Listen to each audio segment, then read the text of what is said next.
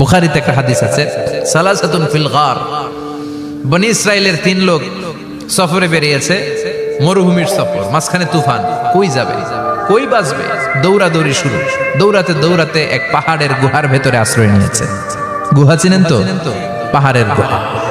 আশ্রয় নেওয়ার সাথে সাথেই বৃষ্টির পানির ঝাপটায় পাহাড়ের উপর থেকে বিশাল এক পাথর খণ্ড এসে পাহাড়ের গুহার মুখটা বন্ধ করে দিয়েছে।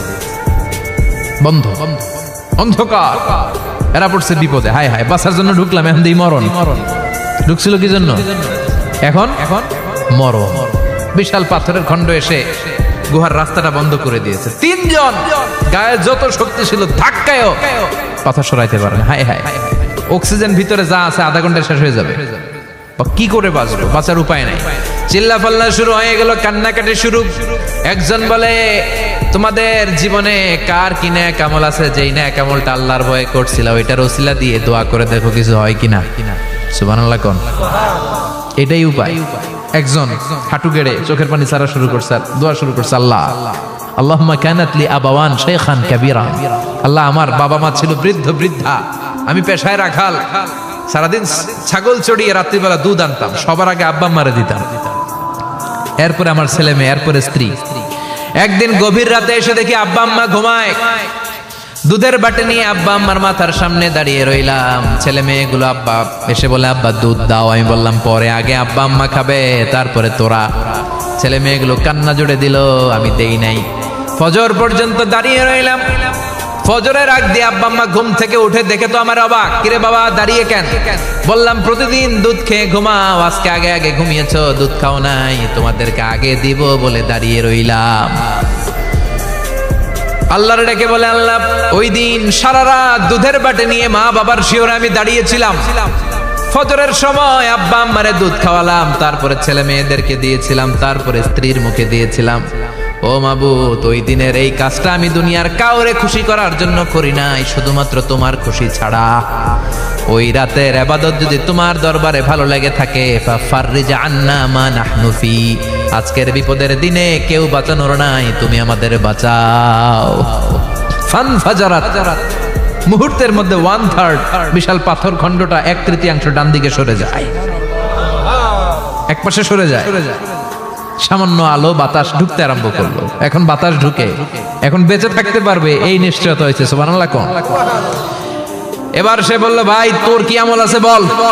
দ্বিতীয় জন হাঁটু গেড়ে আবার চোখের পানি ছেড়ে আল্লাহরে ডেকে বলে, মাবুদ আমার এক চাচাতো বোন ছিল, কানাত লি ইবনাতু আম জামিলা ওয়া কুনতু উহিব্বুহা কাআশাদ্দি মা ইউহিব্বুর রিজাল আন-নিসা। আল্লাহ সুন্দরী, অনন্যা, অপসরী, প্রিয়ংবদা, অনুসুয়া, গুণবতী, রূপবতী আমার এক চাচাতো বোন ছিল, তার প্রেমে আমি ছিলাম পাগল পাড়া, কিন্তু সে তো আমার ডাকে সাড়া দেয় না। অনেক চেষ্টা করলাম তারে পাওয়ার জন্য। চাচাতো বোন আমারে বলে, 100 স্বর্ণ মুদ্রা যেদিন দিতে পারবা ওই দিন আমারে পাবা। এবার আমি স্বর্ণ মুদ্রা কালেকশনের কাজে লেগে গেলাম। বছরের পর বছর চেষ্টা করে 100 স্বর্ণ মুদ্রা যেদিন পেলাম ওই দিন চাচাতো বোনের কাছে গেলাম, যে তার হাতে স্বর্ণ মুদ্রা দিলাম, বললাম চলো এবার আমরা অপকর্ম করি। স্বর্ণ মুদ্রা পেয়ে সেও খুশি, আমিও খুশি। সে পাইছে স্বর্ণ, আমি পাইছি তারে। গোপন একটা রুমের ভেতরে ঢুকলাম, দুজনে জামা কাপড় খুলে ফেললাম, নেকেড হয়ে পাপ কাজ শুরু করব। ইন দা মিন টাইম আমার চাচাতো বোন আমারে বলে, ও আমার চাচাতো ভাই, আমারে তুই আমার সতীত্ব তুই নষ্ট করে দিস না, ইত্তাকিল্লাহ, আমার সম্ভ্রম তুই শেষ করে দিস না, ইত্তাকিল্লাহ, আল্লাহরে ভয় কর। আল্লাহ, ওই মুহূর্তে ফিরে আসা কঠিন কঠিন, কিন্তু ইত্তাকিল্লাহ, আল্লাহরে ভয় করে, এই শব্দটা যখন শুনলাম আমার ভিতরটা কেঁপে উঠেছে। আমি মুহূর্তে তোমার ভয়ে জামা পড়ে ওই রুম থেকে চিৎকার মেরে বেরিয়ে গিয়েছি। আল্লাহ, সেদিন আমি পাপ কাজ করি নাই, সেদিন আমি মনের খায়েশ মিটাই নাই, তোমার ভয়ে সেদিন আমি দৌড়ে পালিয়েছি। ওই দিনের ইবাদতটা, আমলটা যদি তোমার কাছে ভালো লেগে থাকে, ফাফাররিজ আন্না ফিমা নাহনু ফি, আজকে যেই বিপদে আছি তুমি বাঁচাও। বলার সাথে সাথে 2/3 2/3 পাথরের খণ্ডটা আরো ডান দিকে সরে যা। সুবহানাল্লাহ পড়েন। এবার আরো বড় ফাঁকা হয়েছে। এবার তারা বেরোতে চেষ্টা করলো, দেখে মাথা বেরোয়, শরীর বেরোয় না, হাত বেরোয়, পিঠ বেরোয় না, পা বের হয়, দেহ বেরোয় না। আরো সরতে হবে। এবার বাকি আছে কয়জন? সে দোয়া করতে শুরু করলো, আল্লাহ ইস্তাজারতু উজারাক, আমি ব্যবসায়ী ছিলাম, অনেক শ্রমিক ভাড়া করে একদিন একটা কাজ করালাম, সব শ্রমিকের টাকা দিয়ে দিলাম। এক শ্রমিক টাকা না নিয়ে ভাগলপুর কই যে গেছে নিজেও জানি না, ওর টাকা আমার কাছে রয়ে গেল। এই শ্রমিককে আর টাকাটা বুঝাই দিতে পারি নাই। এই টাকা দিয়ে আমি কয়েকটা ছাগল কিনলাম, এই ছাগলগুলো বাচ্চা দিল, ওগুলো বাচ্চা দিল, ওগুলো বাচ্চা দিল, দিতে দিতে বিশাল ছাগলের ডেইরি ফার্ম করে ফেললাম তার ওই টাকা দিয়ে। 1 যুগ 12 বছর পরে সে এসে বলে আমার টাকা ফিরায় দাও। আমি বললাম এই যে ছাগলের ডেইরি ফার্ম পুরোটাই তোমার। সে বলে আতাস্তা মিন্নি, আমার সাথে ঠাট্টা করো? আমি পাই সামান্য কয়টা টাকা, 1 যুগ আগে যে টাকা পাইতাম ওইটা দিলেই চলবে। আমি বললাম ও শ্রমিক, তোমার টাকা দিয়ে আমি ছাগল কিনে ব্যবসা করেছি, ছাগল বাচ্চা দিয়েছে, বাড়তে বাড়তে বাড়তে বাড়তে আজকের বিশাল এই ডেইরি ফার্ম, এই ডেইরি ফার্মের মালিক আমি নই, তুমি নিয়ে যাও। বলার সাথে সাথে শ্রমিক আনন্দে নাচতে নাচতে ডেইরি ফার্ম নিয়ে যায়। ও আল্লাহ, ওই দিন যদি সে যতটুকু টাকা পাওনা ছিল অতটুকু দিলেই সে খুশি হয়ে যেত, শুধু তোমার খুশির জন্য পুরো ডেইরি ফার্ম আমি তারে দিয়ে দিয়েছিলাম। আল্লাহু আকবার। আল্লাহ, আজকের এই বিপদের দিনে আমার সেদিনের আমলটা যদি তোমার কাছে ভালো লাগে তুমি বাঁচাও। বলতে দেরি, মুহূর্তের মধ্যে বিশাল প্রকাণ্ড পাথর খণ্ডটা অন্যদিকে দৌড়ে চলে যায়। পাহাড়ের গুহা ওপেন, পাথর খণ্ড নাই। আল্লাহর শুকরিয়া আর তাকবীর দিতে দিতে 3 জন বের হয়ে যায়। সুবহানাল্লাহ পড়েন। সহিহ বুখারীর বর্ণনা, সহিহ হাদিস।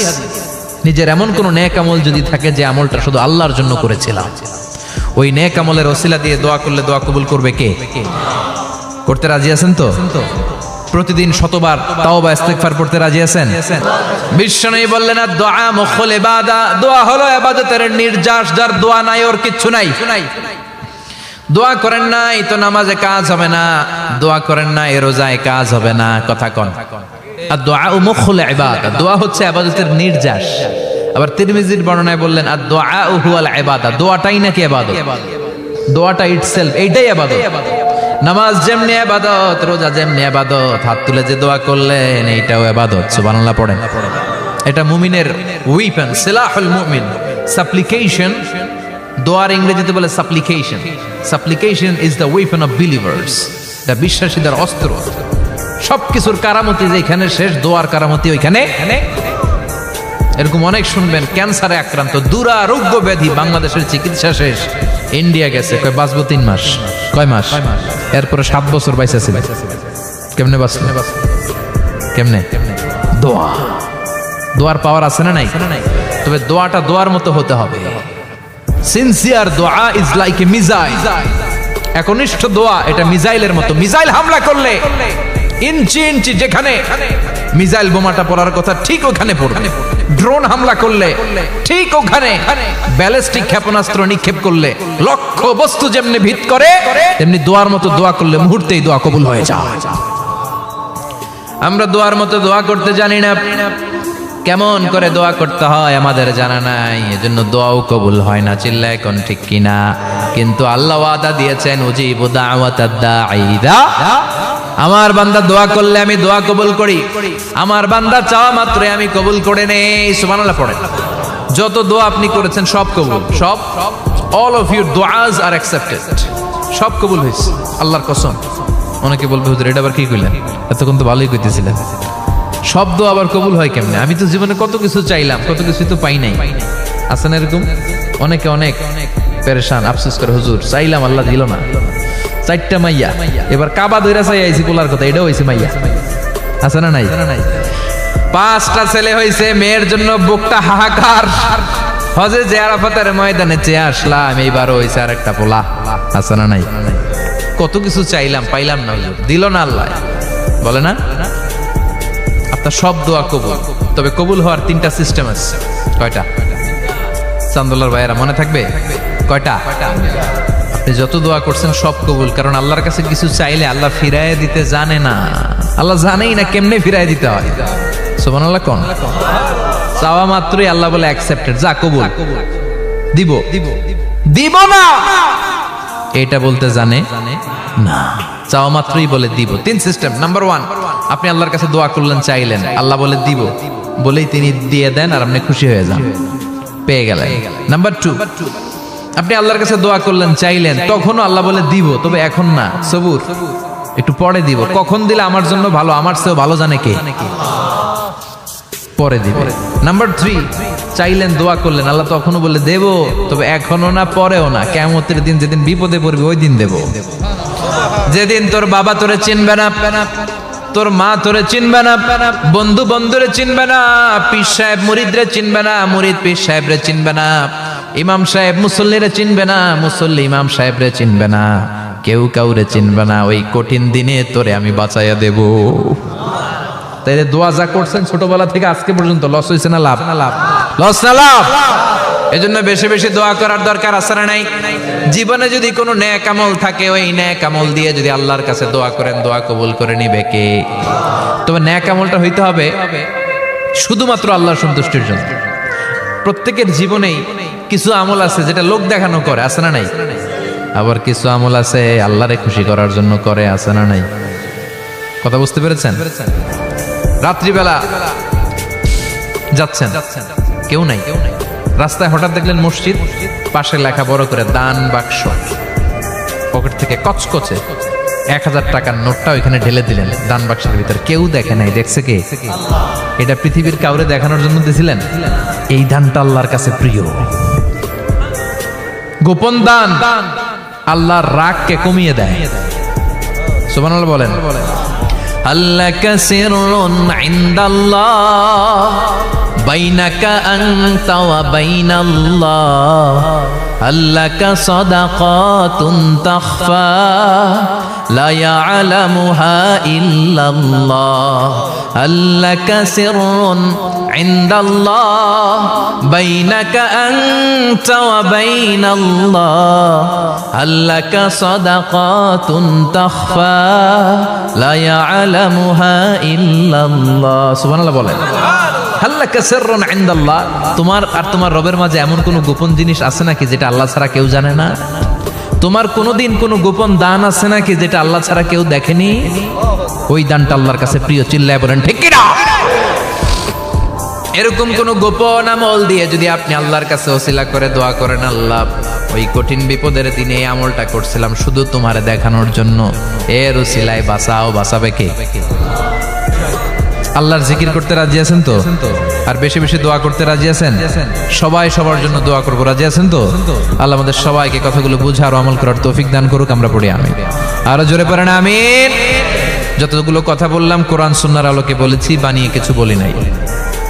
তারপরে আমার মনের অজান্তে কোনো মিস ইনফরমেশন যদি আমার মুখ ফসকে বেরিয়ে যায়